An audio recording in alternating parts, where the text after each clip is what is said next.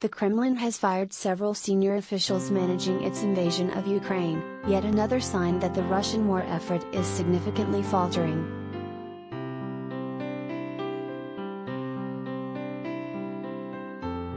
In its latest Twitter update, the British Ministry of Defence, MOD, claimed that Moscow's centralized command is only going to come under more pressure as it tries to re-establish control behind the scenes.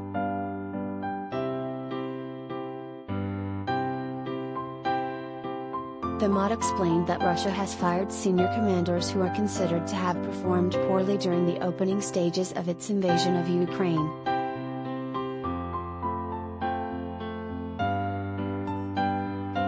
Who has been fired?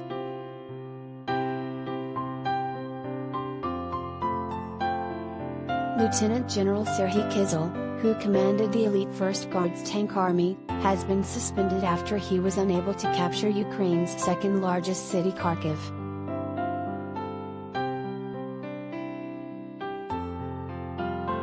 Ukrainian resistance appear to have won the Battle of Kharkiv according to the U.S. think tank Institute for the Study of War, after Russian units were unable to hold their lines around the city.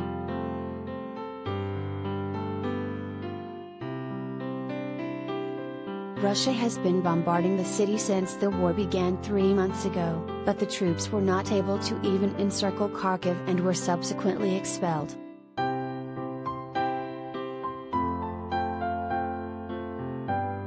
The commander behind Russia's Black Sea Fleet, Vice Admiral Igor Osipov, is also likely to have been suspended after the cruiser Moskva sank in April.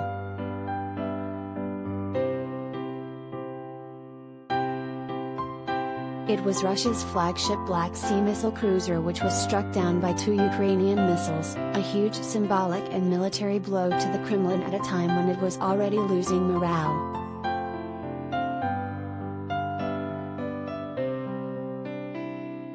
The UK officials also think that Russian Chief of the General Staff Valery Gerasimov is still in post, but it is unclear whether he retains the confidence of President Putin.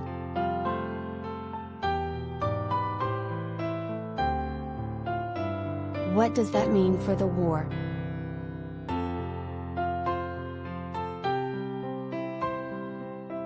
Without a clear command system, the Russian forces, already said to be disorganized and lacking supplies, are unlikely to secure any victories in Ukraine anytime soon.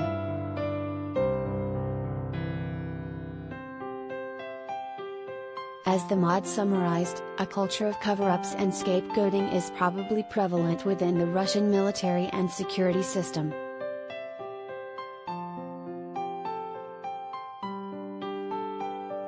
Many officials involved in the invasion of Ukraine will likely be increasingly distracted by efforts to avoid personal culpability for Russia's operational setbacks.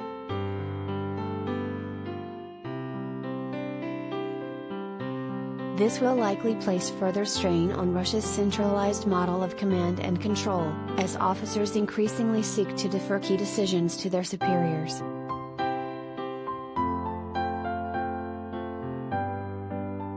It will be difficult for Russia to regain the initiative under these conditions.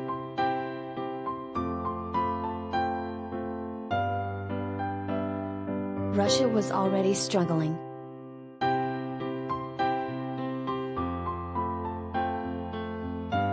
There seems to be a major problem with top military officials within the Russian forces right now.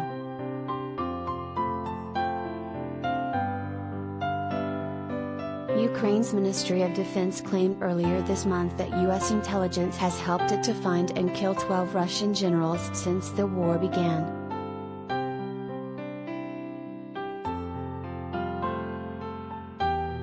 Neither Russia nor the U.S. have confirmed this number, although the U.S. National Security Council later claimed that it was providing battlefield intelligence to Ukraine, and did not have intent to kill Russian generals.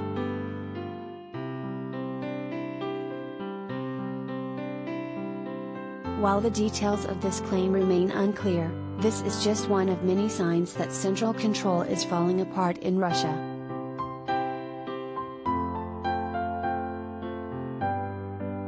President Vladimir Putin is also said to have taken over the day-to-day management of the war, despite such tasks typically falling to more junior commanders.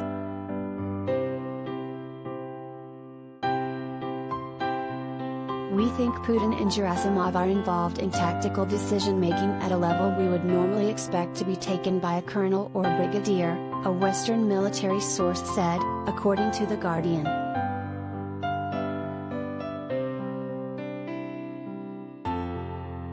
Johann Michel, defense and military research analyst at the International Institute for Strategic Studies, told the newspaper, "If you're trying to be both general and captain, you are usually doing neither and you are creating uncertainty at every level of the chain of command."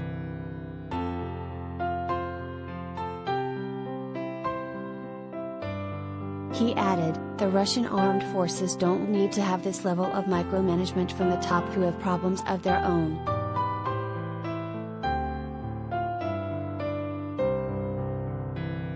Russia's war effort is going so badly even a retired colonel broke rank on state TV and admitted, sometimes information is being spread about some sort of psychological breakdown in Ukraine's armed forces, suggesting some sort of a breakthrough is imminent.